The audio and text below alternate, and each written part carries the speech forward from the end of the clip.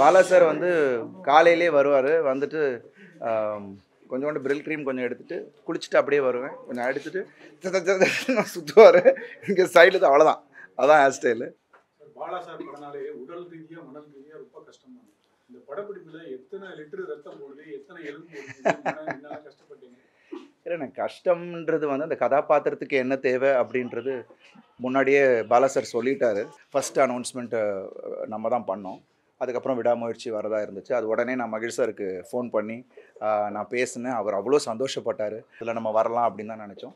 இப்போ அது வரல. எனக்கு ரொம்ப மிகப்பெரிய வருத்தம். பட் இருந்தாலும் அது வந்து ஒரு மிகப்பெரிய அடுத்த ஒரு ஒரு ஒரு பெரிய படமாக அமைஞ்சு அது எப்போ வந்தாலும் அது பெரிய சக்ஸஸாக ஆக போகுது அப்படின்றது தான் என்னோட நம்பிக்கை. எல்லாமே கிளைமேக்ஸ் வந்து ரொம்ப வித்தியாசமாகவும் இருக்கும், கொஞ்சம் டெரராகவும் இருக்கும். இந்த படம் கிளைமேக்ஸ் இந்த மாதிரி பாதிப்பு ஏற்படுத்தும் எப்படி? நீங்கள் படம் பாருங்கண்ணே. எல்லாத்தையும் நான் இப்பயே சொல்லிட்டா எப்படி?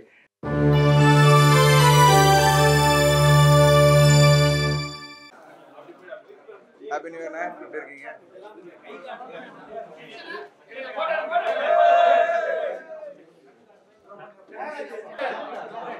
எல்லாருக்கும் வணக்கம். Happy new year. Advance Pongal நல்வாழ்த்துக்கள். உங்கள் எல்லாரையும் சந்திக்கிறது ரொம்ப ரொம்ப சந்தோஷம். ஆடியோ லான்ச்சில் உங்கள் எல்லாருக்கும் கூடயும் நின்று பேச முடியல. ரொம்ப ரொம்ப சாரி. ஸோ இந்த தருணத்தில் உங்கள் எல்லாரையும் சந்திக்கிறது, அதுவும் இத்தனை பேர் வந்திருக்கிறீங்க. Thank you so much brothers. Vanangaan என்னோட திரையுலக பயணத்தில் ஒரு முக்கியமான படம். ஒவ்வொரு படத்துக்கும் ஆடியன்ஸ் ஆகிய நீங்களும் சரி, ப்ரெஸ்ஸும் சரி, அவ்வளோ சப்போர்ட் பண்ணியிருக்கீங்க. எவ்வளோ கதாபாத்திரம் பண்ணியிருக்கேன். பட் அதெல்லாம் மீறி வணங்கானில் பண்ண இந்த கதாபாத்திரம் ஐ திங்க் என்னோட திரையுலக பயணத்தில் கம்ப்ளீட்டாக ஒரு மாறுபட்ட ஒரு கதாபாத்திரம். அது பாலா சார் அப்படியே மாற்றிருக்காரு. அது ஜனவரி 10 ஃப்ரைடே அன்னைக்கு ரிலீஸ் ஆக போகுது வணங்கான்.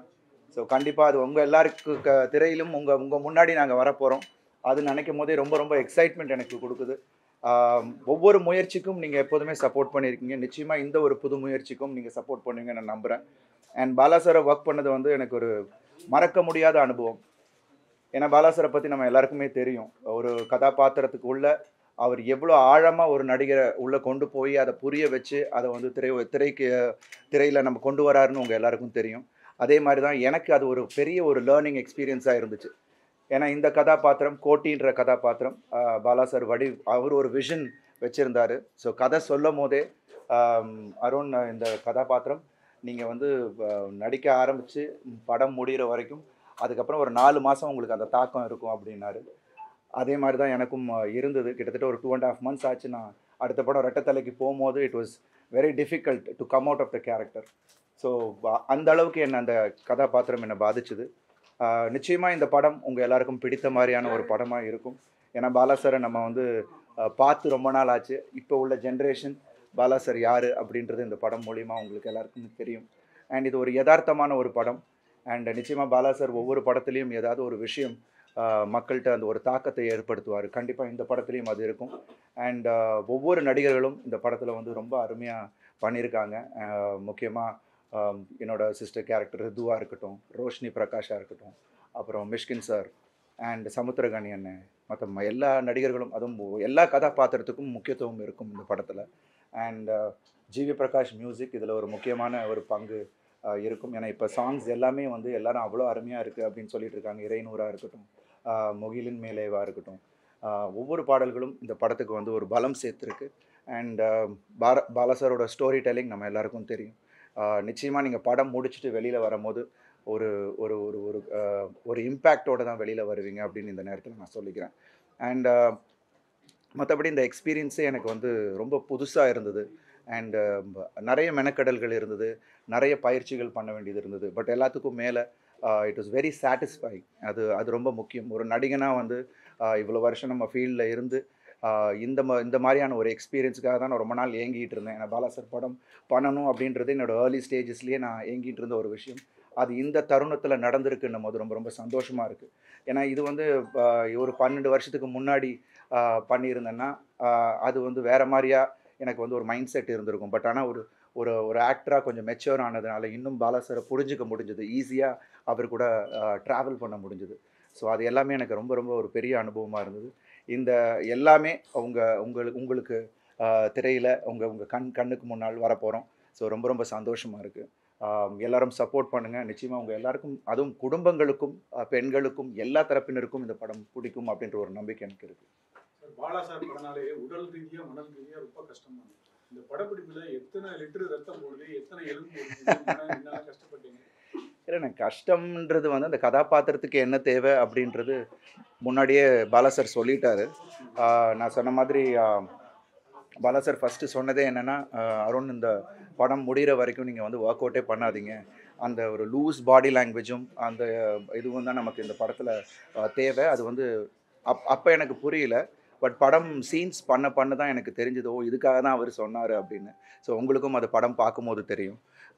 நிறைய இடத்துல வந்து அஃப்கோர்ஸ் நீங்கள் சொன்ன மாதிரி ரா ஆக்ஷன் இந்த படத்தில் இருக்குது. அதனால் அந்த டெரேன் பார்த்தீங்கன்னா கரடு முரடாக தான் இருக்கும். எங்கேயுமே ரோப்போ டூப்போ எதுவுமே யூஸ் பண்ண முடியாது. ஸோ எல்லாமே ஒரு நேச்சுரல் இதில் தான் நாங்கள் எடுத்தோம். ஸோ அதில் நிறைய விஷயங்கள் நடந்தது. பட் அதெல்லாம் தாண்டி இன்னைக்கு அது திரையில் பார்க்கும்போது ரொம்ப ரொம்ப சந்தோஷமாக இருக்குது. இந்த ஸ்டோரியை வந்து எந்த பிளாட்ல சார், இந்த ஸ்டோரி நமக்கான ஸ்டோரின்னு ஒரு மைண்ட் ஃபிக்ஸ் பண்ணி போயிட்டேமா, அது என்ன பிளாட்ல சார்? இல்லை, எனக்கு வந்து நான் இது வரைக்கும் பண்ணாத ஒரு கதாபாத்திரம். நிச்சயமாக இது வந்து வேறு மாதிரியா ஆடியன்ஸ் ரிசீவ் பண்ணுவாங்கன்னு எனக்கு தோணுச்சு. ஃபஸ்ட்டு நான் ஏன் ஓகேன்றது வந்து பிகாஸ் அது வந்து பாலா சார் மாதிரியான ஒரு இயக்குனர் அதை வந்து கையாளுறான்னும் போது அது கண்டிப்பாக அது ஒரு வேறு ஒரு விதமாக ஆடியன்ஸ்கிட்ட போய் அது ரீச் ஆகும் அப்படின்னு எனக்கு தோணுச்சு. அண்ட் இந்த கதையுமே நீங்கள் வந்து பார்க்கும்போது உங்களுக்கே அந்த ஒரு ஃபீல் வரும். கண்டிப்பாக நம்ம வந்து நிறைய விஷயங்கள் நம்ம கடந்து போகிறோம். ஆனால் அதை வந்து நம்ம ஆழமாக அது உள்ளே போகும்போது தான் நமக்கு அது தெரியும். ஸோ அது வந்து கண்டிப்பாக உங்கள் எல்லாரையும் பாதிக்கும் அப்படின்னு நம்புறேன். முயற்சி வந்து சப்போஸ் வரதா இருந்துச்சு, அது கொஞ்ச நாள் கழிச்சு அப்படியே போயிட்டு, ஸோ அது சப்போஸ் வர முடிஞ்சோன்னா ஒரு 7 படங்கள் 8 படங்கள் அடிச்சே வர ஆரம்பிக்குது. இதை பற்றி என்ன நினைக்கிறீங்க?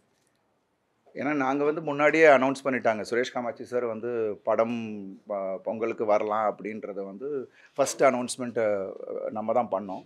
அதுக்கப்புறம் விடாமுயற்சி வரதா இருந்துச்சு. அது உடனே நான் மகிழ் சாருக்கு ஃபோன் பண்ணி நான் பேசினேன். அவர் அவ்வளோ சந்தோஷப்பட்டார். அருண் வரீங்களா, ரொம்ப சந்தோஷம் அப்படின்னாரு. அண்ட் ப்ளஸ் ஃபேன்ஸுமே வந்து அவ்வளோ அழகாக அதை என்கரேஜ் பண்ணாங்க.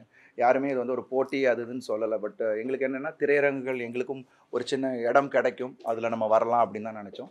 இப்போ அது வரல, எனக்கு ரொம்ப மிகப்பெரிய வருத்தம். பட் இருந்தாலும் அது வந்து ஒரு மிகப்பெரிய அடுத்த ஒரு பெரிய படமாக அமைஞ்சு அது எப்போ வந்தாலும் அது பெரிய சக்ஸஸாக ஆக போகுது அப்படின்றது தான் என்னோட நம்பிக்கை. அண்ட் மற்ற படங்கள் இந்த நேரம் வந்துகிட்டு இருக்கு, அதுக்கும் என்னோட வாழ்த்துக்கள். சார் ஆக்ஷன் கார் இருக்கு, நீங்கள் ட்வீட் போட்டு டேக் கேர் பார்க்கணும் அப்படின்னு சொல்லுவீங்க. அது வந்து எனக்கு நீங்களும் நிறைய அடிபட்டு இது பண்ணனால இல்லை அவர் வந்து அஜித் சார் வந்து அவரோட பேஷனை ஃபாலோ பண்ணிக்கிட்டு இருக்காரு. ரேசிங் வந்து எவ்வளோ ரிஸ்க்கான ஒரு விஷயம் நம்ம எல்லாருக்குமே தெரியும்.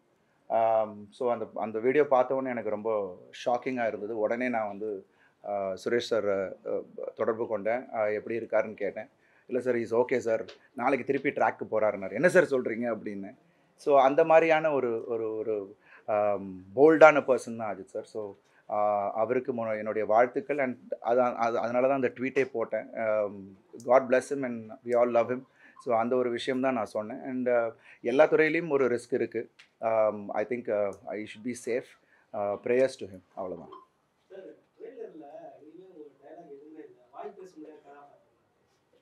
நீங்கள் படம் பாருங்கண்ணே, படம் பார்க்கும்போது உங்களுக்கு தெரியும். இது படம் பாருங்கள். நீங்கள் படம் பார்க்கும்போது அது என்ன மாதிரியான கதாபாத்திரம் எப்படி வடிவமைச்சிருக்காரு. ஏன்னா இந்த கதாபாத்திரத்துக்குன்னு ஒரு சில பிஹேவியர்ஸ் சொன்னார் சார். இது இப்படி தான் சிரிக்கும், இப்படி தான் ரியாக்ட் பண்ணும், எமோஷனுக்கு இப்படி தான் இருக்கும்ன்ற நிறைய வேரியேஷன் இந்த கதாபாத்திரத்தில் இருக்குது. அது நீங்கள் படம் பார்க்கும்போது உங்களுக்கு தெரியும். சார், பாலா சார் படத்தில் நடித்த எல்லா நடிகருக்குமே வந்து ஃப்யூச்சரில் இண்டஸ்ட்ரியை பொறுத்தவரை நல்ல கெரியர் இருக்குது. பட் ஆனால் தேட்டருக்குலாம் வந்து விசிட் பண்ணுறதுக்கு வந்து பார்த்தீங்கன்னா படத்தோட எண்டிங் வந்து சேடில் தான் முடியும். ஸோ பட் விசிட்டர்ஸ் வந்து பீப்புள் சைடில் ரொம்ப கம்மியாக இருக்கும். பட் இந்த படம் பொங்கல் விதமாக ரிலீஸ் ஆகுது. மக்கள் உள்ளே வர்றதுக்கு என்ன கண்டென்ட் உள்ள ஸ்பெஷலாக இருக்குது? கேமரா இல்லை, கண்டென்ட்டாக நிச்சயமாக இது வந்து ஒரு கண்டிப்பாக எல்லாரையும் ஈர்க்கக்கூடிய ஒரு கண்டென்ட் தான். ஏன்னா படம் அப்படி ஒரு எமோஷனாக அவங்க எல்லாரையும் கனெக்ட் பண்ணும். அண்ட் அதே சமயத்தில் உள்ள எல்லா சுவாரஸ்யமான விஷயங்களும் இருக்குது. அண்ட் அங்கங்கே ஒரு சட்டையாக சின்ன சின்ன விஷயங்கள் இருக்குது. அண்ட் ஆக்ஷன் இதில் வந்து நீங்கள் உங்களுக்கு கதையோட எல்லாமே அமைஞ்சிருக்கும். ஸோ ஐ திங்க் எங்கேயுமே உங்களுக்கு போர் அடிக்காது. And it will be a wonderful film to watch. அவ்வளோதான் நான் சொல்லுவேன். என் பக்கத்தில் தான் உட்காந்துருந்தார். ட்ரெய்லர் பார்த்துட்டு பயங்கரமாக ஹாப்பியாக இருந்தார். தொடையில் தட்டி மாற்றிடுறாருல்ல எல்லாரையும் அப்படின்னாரு. ஸோ அது எனக்கு வந்து பார்த்து ரொம்ப சந்தோஷமாக இருந்தது. And he was very happy. And அவர் என்னை ரொம்ப விஷ் பண்ணார். நிச்சயமாக இந்த படம் உனக்கு பெரிய படமாக இருக்கும். இந்த ஸ்டோரி சூர்யா சார் ஓகே பண்ண ஸ்டோரியா இல்லாட்டி ஃப்ரெஷ்ஷாகவே பாலா சார் பண்ணாங்களா? பாலா சார் எனக்கு என்ன கதை சொன்னாரோ அதுதான் இப்போ எடுத்திருக்கோம். ஸோ அது எனக்கு தெரியாது அது எந்த கதை இல்லை. அதே ஸ்டோரி தான் நினைக்கிறேன். படம் பார்த்தாச்சுமா? ஏமா டப் பண்ணும் போது பார்த்தேன். அதுக்கப்புறம் படமும் ஃபுல்லாக பார்த்தாச்சு. ஐ திங்க் முக்கியமாக இதில் சாம்சியஸ் ஆமாம் அது போகக்கூடாதுன்னு சொன்னார். அதுதான் நான் முன்னாடியே ஆன்சர் பண்ணது தான். அது வந்து இந்த கேரக்டருக்கு தேவைப்பட்டுச்சு.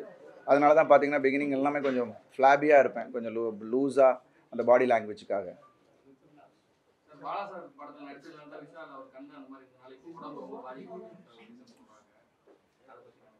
நோ கமெண்ட்ஸ்மா, எனக்கு அதை பற்றி தெரியல.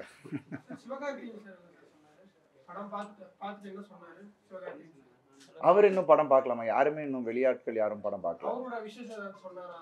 அவர் அங்கேயே ஸ்டேஜ்லேயே சொன்னார், வந்து ரொம்ப விஷ் பண்ணார். என்னோட டெடிகேஷன், எனக்கு அவருக்கு பிடிச்ச விஷயமே என்னோட டெடிகேஷன், விடாமுயற்சி, அவர் தொடர்ந்து அவரை விட்டு கொடுக்காமல் பண்ணுறதுன்னு சொன்னார். அதுவே எனக்கு ஒரு பெரிய விஷயமாக இருந்தது. And thanks. அந்த மாதிரி பல பேரை நான் இப்போ வர ஜென்ரேஷனை இன்ஸ்பயர் பண்ணுறேன்ற போது ரொம்ப ரொம்ப சந்தோஷமாகவும் இருக்குது. எந்த சீக்வன்ஸ் வந்து நானா இதுன்னு நீங்கள் பிரமிச்சு பார்த்துருப்பீங்களே, ஏற்கனவே நீங்கள் மூவி பார்த்துருக்கீங்க. ஸோ எந்த சீக்வன்ஸ் வந்து உங்களுக்கு ஒரு பிரமிப்பு ஏற்படுத்தும்? அது நீங்கள் சொல்லணும், நீங்கள் பார்த்து சொல்லணும். உங்களுடைய point of view. Interval block கிளைமேக்ஸா? இல்லை, இது வந்து பிகினிங் என்னோடய ஃபஸ்ட்டு லுக்கை நான் பார்த்த உடனே இது நானா இதுன்னு கண்ணாடியை பார்த்துட்டு நான் யோசித்தேன். அதுக்கப்புறம் ஒவ்வொரு சீனும் பெர்ஃபார்ம் பண்ணும் போது இன்டர்வல் பிளாக்காக இருக்கட்டும், அதில் வந்து இந்த சிஸ்டரோட நான் எனக்கும் என்னோட தங்கைக்கும் இருக்கிற சீக்வன்ஸாக இருக்கட்டும், எல்லாமே வந்து எனக்கு என்னை அறியாமல் சில விஷயங்கள் அங்கே நடந்தது. ஸோ அது வந்து ஐ திங்க் நீங்கள் அதை விட்னஸ் பண்ணுவீங்க, அப்போ உங்களுக்கு புரியும். போட்டிருப்பேன், ஒரு 6 கிலோஸ் போட்டிருப்பேன் நினைக்கிறேன்.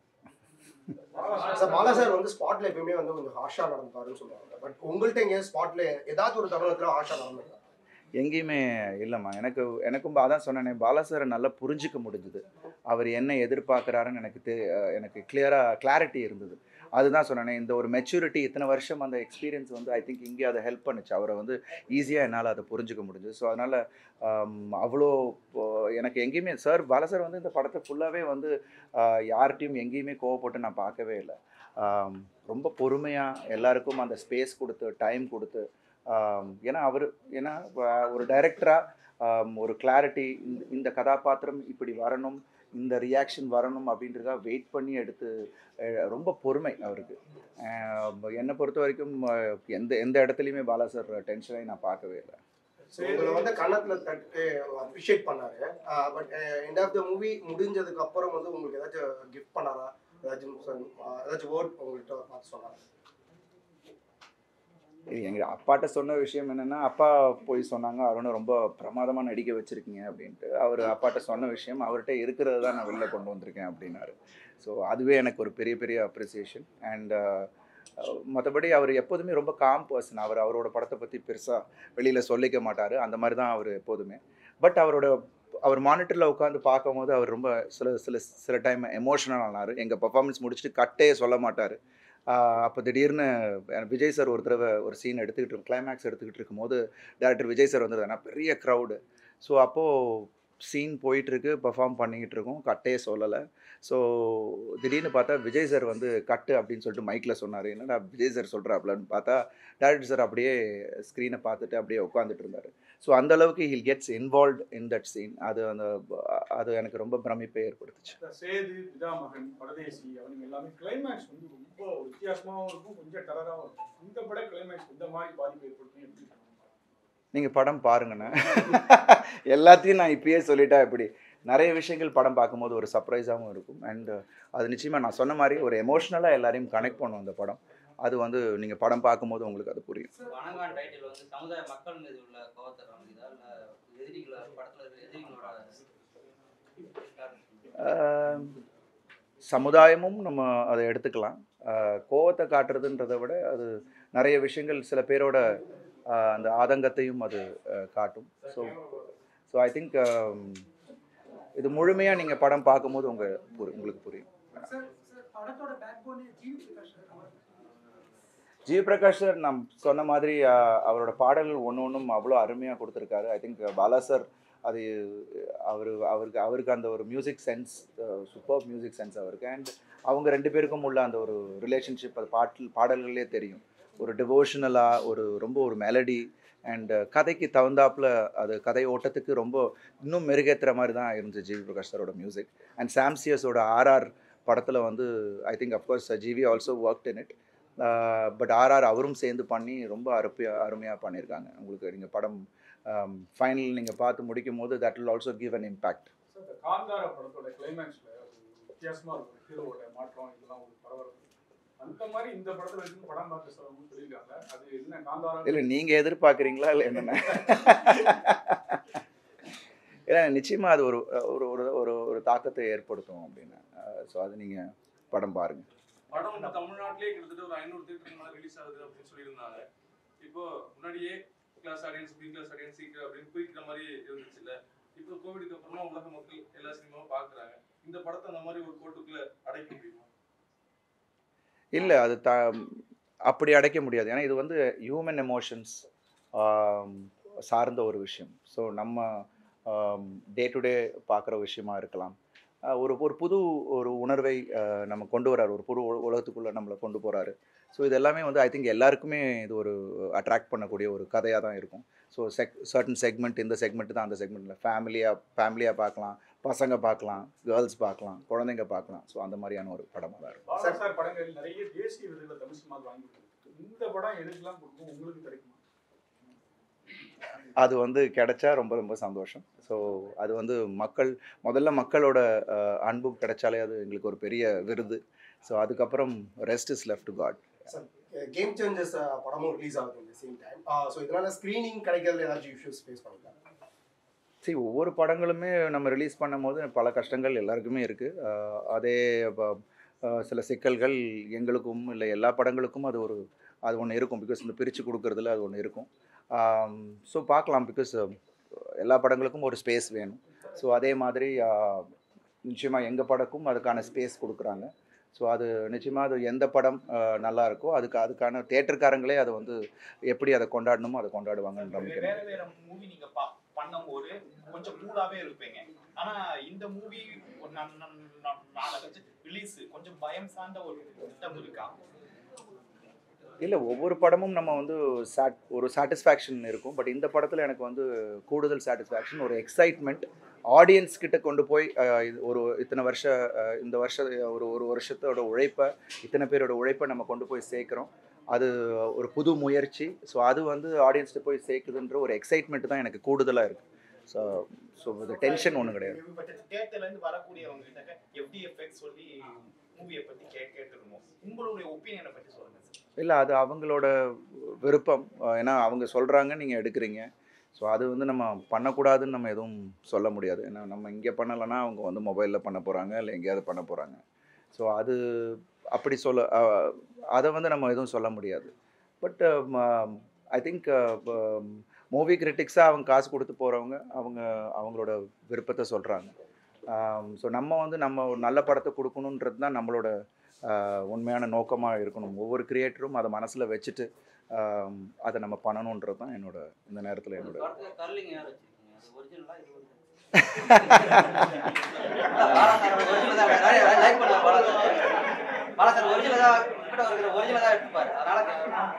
இல்லை. ஒரிஜினல் வந்து லைட் வேவி ஹேர் தான். பாலா சார் வந்து காலையிலே வருவார். வந்துட்டு கொஞ்சோண்டு பிரில் க்ரீம் கொஞ்சம் எடுத்துகிட்டு குளிச்சுட்டு அப்படியே வருவேன். கொஞ்சம் எடுத்துகிட்டு சுற்றுவார். இங்கே சைடில் தான். அவ்வளோதான். அதான் ஹேர் ஸ்டைலு. ஸோ அப்படி தான் அதை நாங்கள் க்ரியேட் பண்ணுது. ஸோ இதுக்காக செட்டிங்லாம் கிடையாது. சும்மா வந்த உடனே நானே பண்ணிட்டேன். பாலா சார் வரத்துக்கு முன்னாடி அவர் கை வைக்கிறதுக்கு முன்னாடி நானே வந்து போட்டு ஒரு பிள்ளைங்க போட்டு தேய்ச்சிட்டு வந்துடுவேன். It was nice. அது அந்த கேரக்டருக்கு அது மாதிரி தேவைப்பட்டுச்சு. ஸோ அதை தான் சார் இந்த படத்துல ரொம்ப பெருசா பேசப்பட்டது வந்து இந்த படத்துல இல்லை இவர் எதாவது சொல்லிட்டு இருக்காரு. இந்த படத்துல ஃபர்ஸ்ட் வந்து ரொம்ப பெருசா பேசப்பட்டது வந்து அந்த படத்தோட ஃபர்ஸ்ட் லுக் போஸ்டர் பெரியாரோட சிலையும் விநாயகர் சிலையும் பிடிச்சிருக்க மாதிரி அந்த மாதிரி பொலிட்டிக்கல் ஸ்டேட்மெண்ட் இந்த படம் முழுக்க இருக்கா? இல்லை அதுக்கான பதில் வந்து அந்த பாடல்லையே வந்துருச்சு. இறைநூறு பாடல்லையே உங்களுக்கு அதோட அர்த்தம் அதோட விடை எல்லாமே அதுலேயே வந்துருச்சு. So I think that's what it. அவர் என்ன சொல்ல வராரோ அந்த பாடல்லே வந்துருச்சு.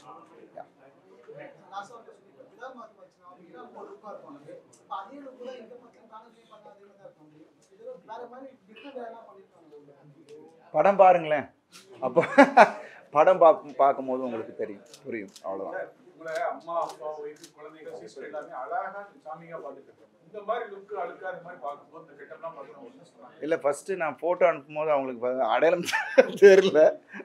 ஸோ அந்த மாதிரி தான். பிகாஸ் அதுதான் எனக்கு கிடைச்சி. ஏன்னா இந்த கெட்டப்பில் ஆக்சுவலாக நாங்கள் நிறைய கன்னியாகுமரி ஸ்ட்ரீட்ஸு உள்ளுக்குள்ளே க்ரௌடுக்குள்ளெல்லாம் எடுத்தோம். கேமரா கொஞ்சம் வெளியில் வச்சு மறைவாக வச்செல்லாம் எடுத்தோம். நிறைய பேர் என்னை அடையாளமே கண்டுபிடிக்க முடியல. கேமரா பார்த்த உடனே தான் என்னை வந்து அதே அருண் விஜய் நானுங்களே தவிர அது வரைக்கும் கண்டுபிடிக்கல. அது ஈஸியாகவும் இருந்துச்சு. ஸோ அப்படி மாற்றக்கூடிய ஒருத்தர் தான் பாலா சார். ஸோ ரொம்ப ரொம்ப சந்தோஷமாக இருக்கு.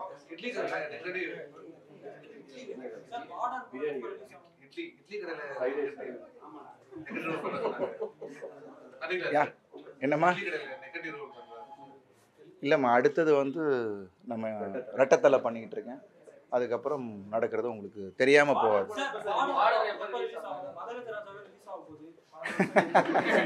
இல்லை பார்டர் ரொம்ப ஃப்ரெஷ்ஷான படம். நிச்சயமாக திருப்பி அறிவாளன் சாரோட டச்சில் தான் இருக்கேன். ப்ரொடியூசர்ஸ் சில பிரச்சனைகள் இருந்தது. அது கண்டிப்பாக சால்வ் ஆகிடும்னு நினைக்கிறேன். கண்டிப்பாக அதுவும் ஒரு அதுவும் குற்றம் 23க்கு அப்புறம் அறிவாளன் சாரோட அடுத்த ஒரு பெரிய ஒரு படமாக அவருக்கும் இருக்கும். எனக்கும் அது ஒரு வேறு மாதிரியான ஒரு படமாக இருக்கும். பாக்ஸர் ஆக்சுவலாக நாங்கள் பண்ணலை. ஆக்சுவலாக 3 நாள் தான் ஷூட் பண்ணோம். அதுக்காக நான் ஒரு 6 மாதம் ட்ரெயின் பண்ணது தான் கஷ்டமான ஒரு விஷயம். எனக்கு ரொம்ப கஷ்டம் அது வந்து நடக்கலை அப்படின்றது. அதுக்கப்புறம் நிறைய அதோட தழுவுகளில் படம் வந்துச்சு. So I didn't want to take it. அதுக்கப்புறம் தான் மாஃபியா அதே கெட்டப்பில் அந்த உடம்போடு நான் மாஃபியா பண்ணேன். எனக்கு ஒரு பாக்ஸிங் கதை பண்ணணும்னு தான் ஆசை. பட் அதுக்கான ஒரு கரெக்டான ஒரு களம் கிடைக்கணும், கரெக்டான ஒரு கதை கிடைக்கணும். இருந்துச்சுன்னா நான் பண்ணுவேன். தெலுங்கெல்லாம் நான் பண்ணலம்மா, தமிழ் மட்டும்தான். Thank you so much. அவங்க எல்லாரும் கூட ஒரு ஃபோட்டோ நீங்கள் இங்கே போய் நின்னீங்கன்னா இங்கேருந்து நாங்கள் பின்னாடி நீங்களே கேட்டுருங்க. ஓகே. ஹாப்பி பொங்கல் எல்லாருக்கும். பொங்கல் நல்வாழ்த்துக்கள். Thank you so much. எல்லாரும் படத்தை பாருங்கள், உங்கள் எல்லாருக்கும் பிடிக்கும். அண்ட் உங்கள் எல்லாருடைய சப்போர்ட்டும் எனக்கு தேவை. Thank you so much guys. Thank you. Thanks for this time. ஒரு ஃபோட்டோ எடுத்துக்கலாம் வாங்க. நீங்கள் அங்கே போயிடுங்க. இப்படி வந்து